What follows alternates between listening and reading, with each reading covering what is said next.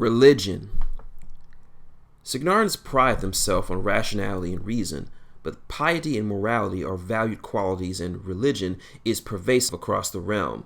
The Immoren faith is dominant in Cygnar, almost without exception, although there is considerable religious diversity in worship. In the East, Mennonites keep their beliefs to themselves, particularly since the Caspia-Sul War.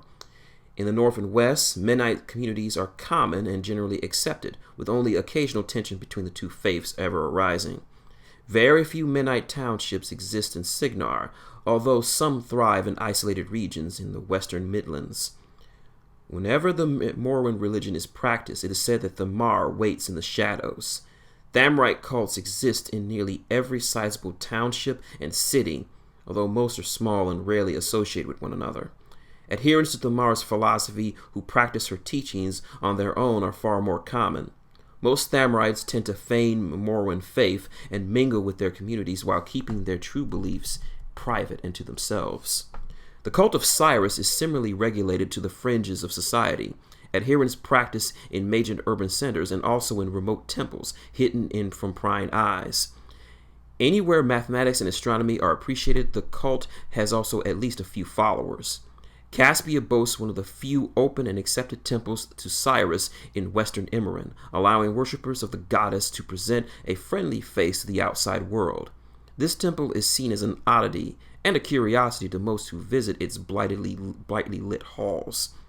The worshippers of the devourer worm largely keep to remote wilderness regions such as the Wormwall, the deep thornwood, and the gnarls. They do not seek to blend in well with others and do not openly declare their allegiance anywhere that they might prompt retaliation, since their faith is greatly feared and shunned. Duty and faiths coexist considerably more easily alongside mankind. Nevertheless, shrines and statues to the goddess are commonly only among the Trollkin, Orgrin, Gobbers, and Borgrin populations. Although they are typically in the wilderness locales, cities that host a significant number of these races may also see such shrines. The Church of Morrow. The center of the Church of Morrow is the Sanctium in Cygnar's capital, and the reach and influence of the faith is extensive and very unavoidable. It is unquestionably the largest, wealthiest, and most powerful organization outside the Cygnaran government itself. The Sanctium is a sovereign power. By ancient law and treaty, it is allowed to raise its own armies and govern itself and its members by church law, so long as its members heed Cygnaran law when away from church lands.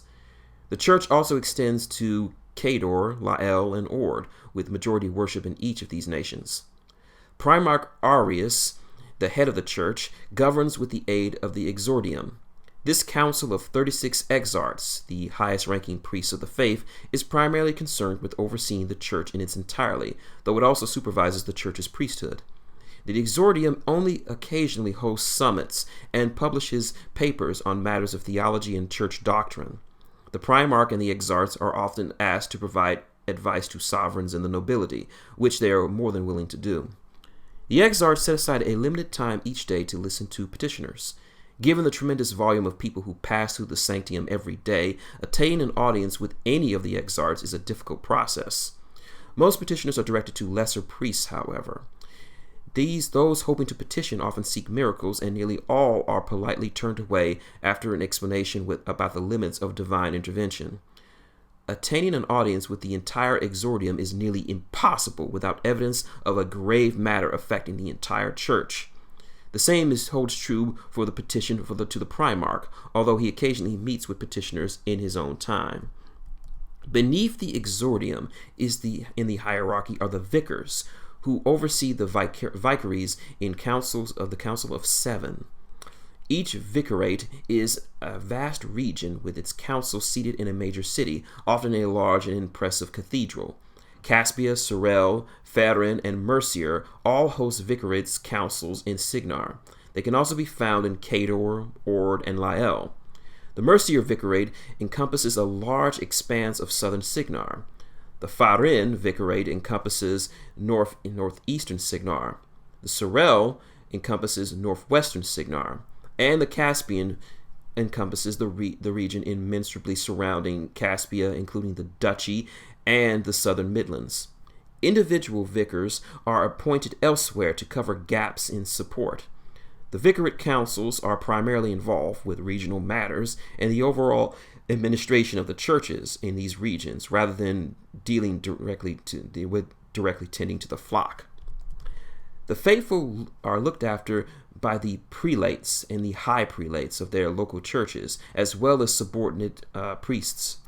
Local priests are trusted and expected to see to a variety of necessary services, such as marriages and funerals. Should tragedy or war come to the region, priests aid the suffering and help protect their communities. The dead are properly tended to so their souls can pass on. Church organizations organizes charitable deeds and often shelter or succor to those who are in need, providing the primary system of aid to the needy in most of the Morean nations. All of Morrow's ascendants have a place in Cygnar society, but some are more popular than others. Ascendant Gordon is widely worshipped in every region and farming community. Ascendant Doleth has had many shrines along the Cygnar's coastline, as well as large temples in major port cities. Ascendant Sambert is the patron of Caspia and the sanctum itself.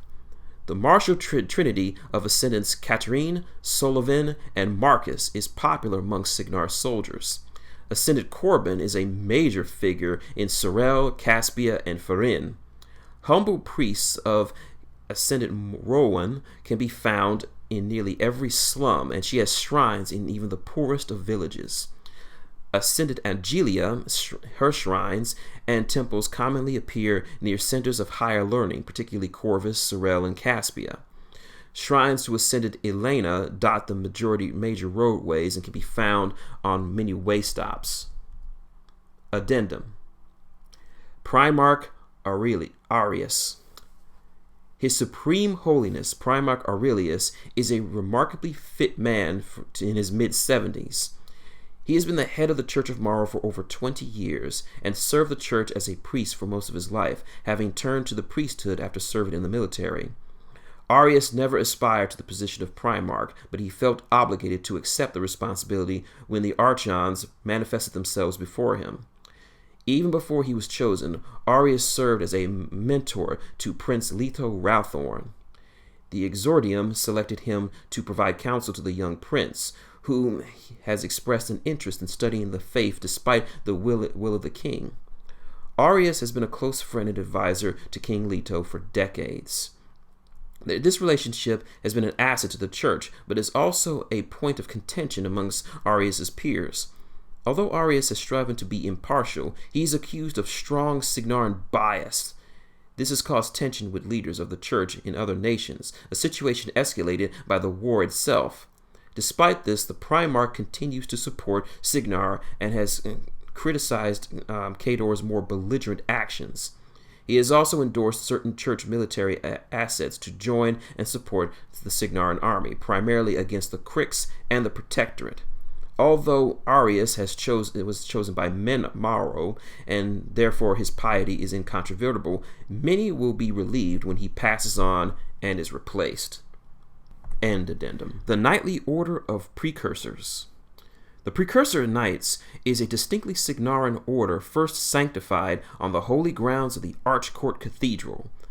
These knights now occupy a number of remote fortresses along Cygnar's barren western coastline, ready to assist the realm's defense against the armies of the Cricks, while upholding a strict code of morality. Precursor Knights most often fight alongside Cygnaran's Third Army, but have recently seen service elsewhere, including fighting in the defense of Caspia against the invading Sulmenides, as well as joining the Northern War Front. Whatever the battlefield, Precursor Knights can be recognized by their burnished silver-plated armor, their stout shields adorned with the radiance of Morrow, and their blessed maces. Ranking leaders and battle chaplains of this knight order carry into battle bound tomes of the Prayers for Battle, a book of sacred texts drawn from the martial trinity of ascendants. In addition to protecting Cygnar, these knights consider it their duty to attend to those slain in battle, lest the bodies of the dead be desecrated and animated through unholy rites of the Cricks. Knights of the Prophet. The Knights of the Prophet is one of several knightly orders serving the Church of Morrow, but it is significant as one of the more populous orders and the one closely associated with the Sanctium. Other knightly orders, such as the Precursor Knights, serve the Church but are strongly affiliated with their nation and its army. The Knights of the Prophet are not forbidden from defending their nation, but they take solemn oaths to protect and preserve the Church itself. Most knights belonging to this order felt a calling to join its ranks, although the honor of inclusion has occasionally been granted to notable defenders of the faith and pious warriors who have acted on their own initiative in times of great peril. These knights carry an obligation to answer the call to arms if need be. They are frequently dispatched to protect Morrowind temples in war-torn regions where they might be required to do otherwise remain neutral in battles taking place around them. The central chapter houses for the Knights of the Prophet in the Sanctium, along with Highgate and Sorrel, also host major chapter houses. The Order of Illumination. For the past 350 years, the Order of Illumination has been the weapon of the Moravian faith wielded against the darkest forces of the occult. Born out of a scandal of infernalism amongst the arcanists of the Fraternal Order of Wizardry, the order has weathered centuries of war, oppression, and revolution, all while fighting a covert and thankless battle against the forces of necromancy and the infernal. Famously described by Primarch Kelor Malvestave as a, quote, sword that once drawn is not easily sheathed, unquote. The order is filled with ruthless, relentless, pitiless witch hunters.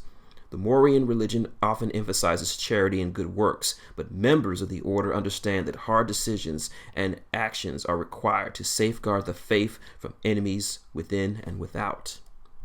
The members of the order, known commonly as Illuminated Ones, are sworn soldiers, investigators, arcanists, and witch hunters in the service of the Sanctium. They have vowed to uphold the tenets of the Church and to confront and destroy practitioners of the dark arts of necromancy, infernalism, and mesmerism wherever they are found.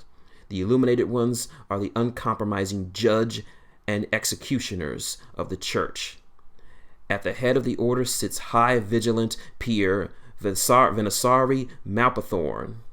A respected and once fearsome witch hunter, Marpathorn has led the order through the reigns of both Ventor IV and Leto. Though advancing age has kept her from active services, her mind remains sharp as she guides the order through its mission and the intricacies of international politics. The High Vigilant Peer is assisted by the 8 Vigilant Peers of the Order's court. These ranking Illuminated Ones are selected through a secret process subordinate to the will of the Exordium itself. The Vigilant Court weighs evidence of infernalism and other dark arcane arts and assigns Illuminated Ones to investigate further or to dispatch the Order's justice. Illuminated Ones are punctiliously in their performance of their duties. Once tasked with an investigation, agents of the Order stop at nothing to determine the guilt of an individual or the nature of his transgressions. Most Illuminated Ones are abhorrent political manipulators, but they care nothing for the social statuses or influence of the object of their investigations. Members of the Order have in the past uncovered sweeping political scandals in the course of their duties.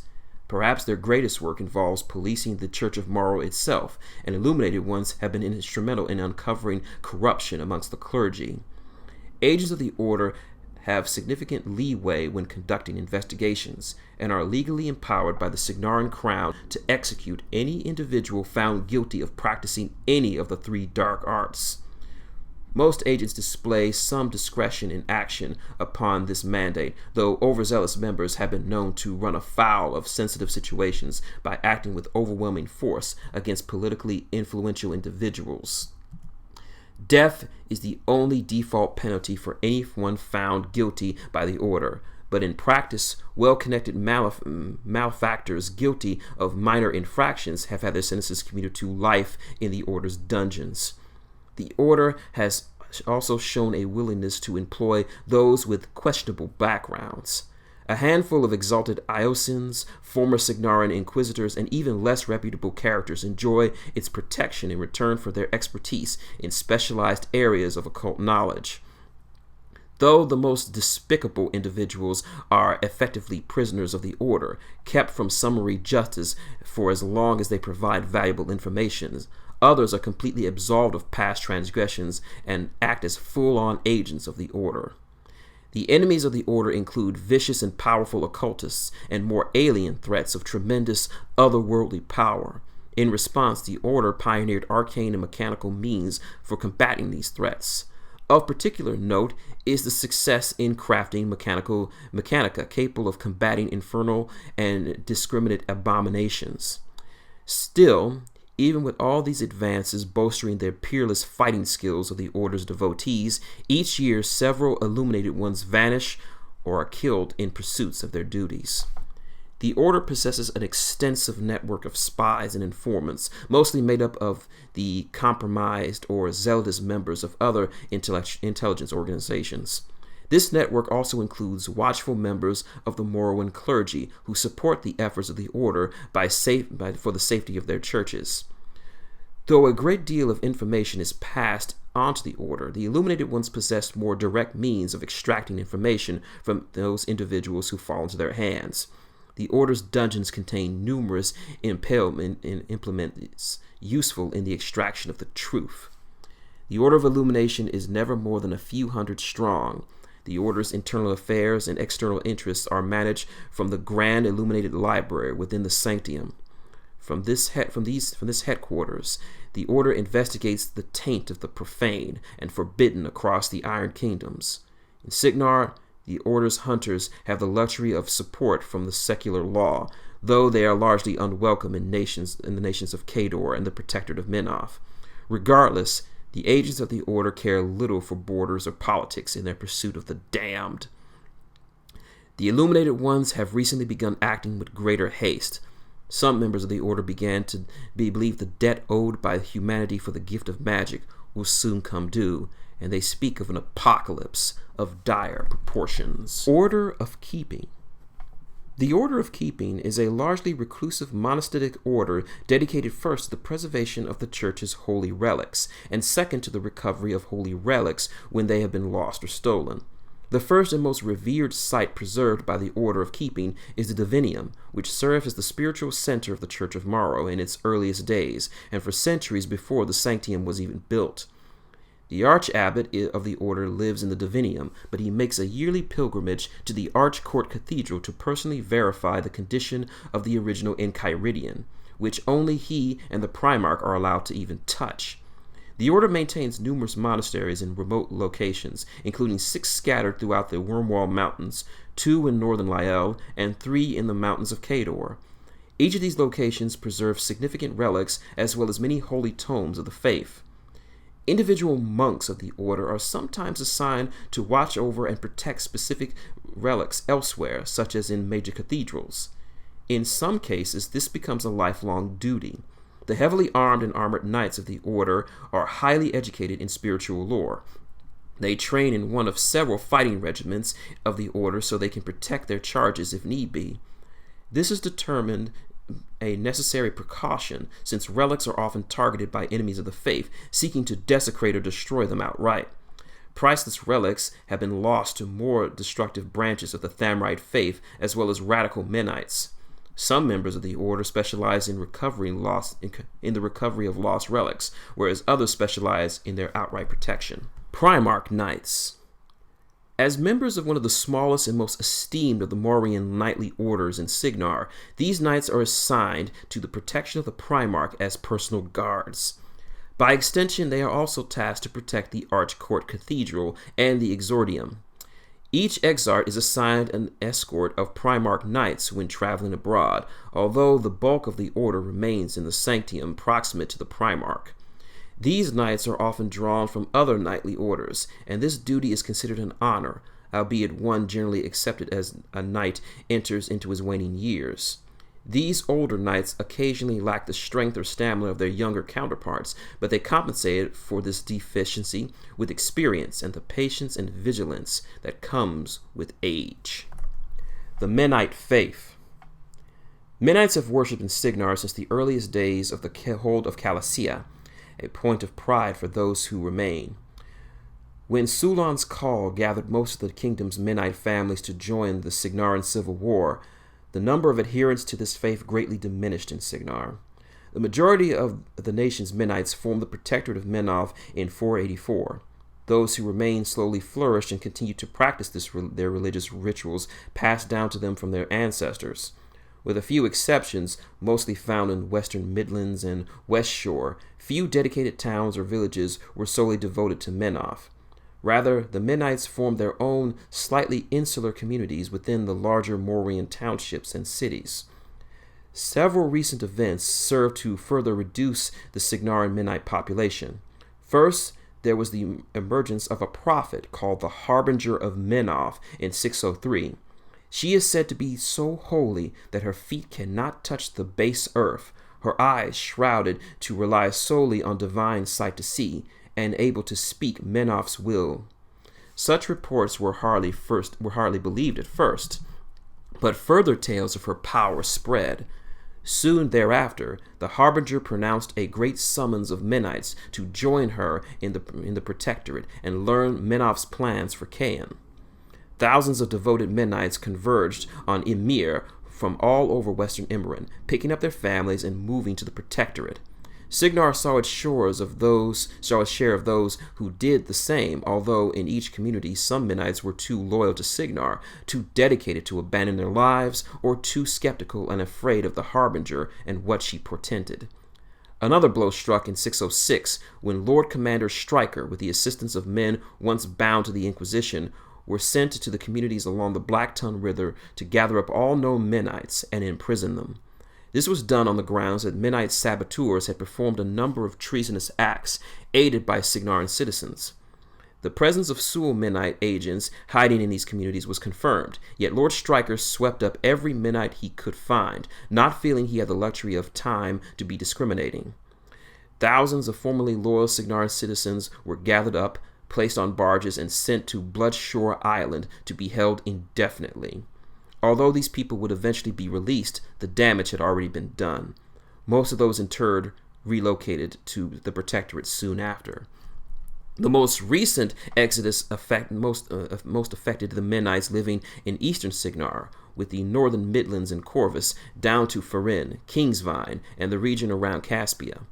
Mennites elsewhere in Cygnar were largely unaffected, though they were shocked to hear that these actions and hundreds more were prompted to leave the kingdom. There has been no sign of similar purges, and King Leto sent word to reassure Mennite minorities that they were safe and protected. Despite these assurances, those who remain have still been unsettled. Mennites served in the Cygnaran army often do so in secret, and many chose not to speak of their faith. Elsewhere, particularly in western Cygnar, life for these people continues largely as before. Yet even as far from the war, increased tensions and suspicions grows between Morrowians and Mennites living in close proximity. No one can ignore stories of the Caspian Sul War and the invasion of the capital, or stories of the destruction of the market line bridges. While thousands of Mennites still live in sparse communities within Cygnar, there is no organized or cohesive temple of Menov. Rather, worshippers gather in small shrines and modest temples, usually overseen by a single dedicated priest. A number of scattered sects of Menov based on ancient traditions still exist, but none of these have a particularly large membership.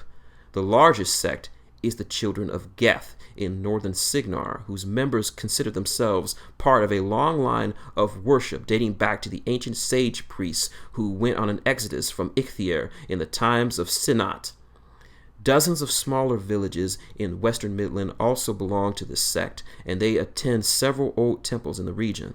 The highest-ranking priest of this sect is Sovereign Jethor, whose temple was built in the foothills of the upper Wormwall southwest of Baines Market. Cults of Cyrus. The cult of Cyrus has a variety of holdings in Cygnar, most secret and some well-known. The only entirely open and lawfully protected temple of this faith in Cygnar is the Temple of Concord in Caspia. This temple was erected after the leaders of the cult entered into an arrangement with King Leto and offered an exchange for significant technologies. Very few know precisely what was given to Cygnar as part of this arrangement. Cyrus worshippers can worship openly without drawing suspicion in other enlightened facilities, such as the Royal Observatory in southern Cygnar and among most West major university campuses. Hidden temples are thought to exist in most of the major Cygnaran cities, as well as the wild, such as the Temple of the Incomplete Axiom, concealed within the Widower's Woods, about 70 miles from Corvus. Most members of this cult are casual worshippers with an interest in the goddess's spheres of influence, and they are content to attend the nearest urban temples. Only the most dedicated and involved adherents, those accepted into the cult's inner mysteries, are allowed or even invited into its most important and remote facilities. Thamorite cults. Since most Thamorites worship in secret, it is difficult to gain any kind of accurate gauge of their exact numbers and reach, but without question, cults to Thamar exist in every major urban center in smaller numbers among rural populations as well. No cohesive organization connects these groups, although Thamorites are generally well disposed to other Thamorites if their shared beliefs become known, assuming that they do not have otherwise competing or are at cross purposes. Several large and organized septs of Thamar originated in Cygnar and might have members in other nations as well. The strongest arcane-oriented Thamorite septs have their origins in Sorel, the very city that gave rise to modern wizardry. This includes both the Shroud, which is devoted to the study and practice of necromancy, and the Infernal Archive, which has accumulated an impressive library of otherwise forbidden occult tomes and research related to infernalism. These groups share an interest in the preservation of knowledge and relics sacred to Thamorites, including possessions of Thamar, as well as the scions and writings of these same individuals. Caspia is also home to several far-reaching Thamorite cults as well. The scions each have their own followers in Cygnar, with several being particularly popular amongst the criminal circles of major cities. Among the gangs of both Corvus and Farine, a tattoo bearing the mark of Scion Corva is seen as a brand of distinction for bloodied enforcers. Scions Draci and Bolus have considerable followers amongst those earning livings from vice, extortion, or the exchange of promises. Scion Navarra is secretly admired by ambitious arcanists for the realm and has a particularly strong following in Sorel and Mercier. Similarly, a small but dangerous cult devoted to Scion Stasia thrives in the southern city of Mercier. Opportunists who prowl fresh battlefields in search of spoils pray to Scion Aiden in hopes of increasing their fortunes.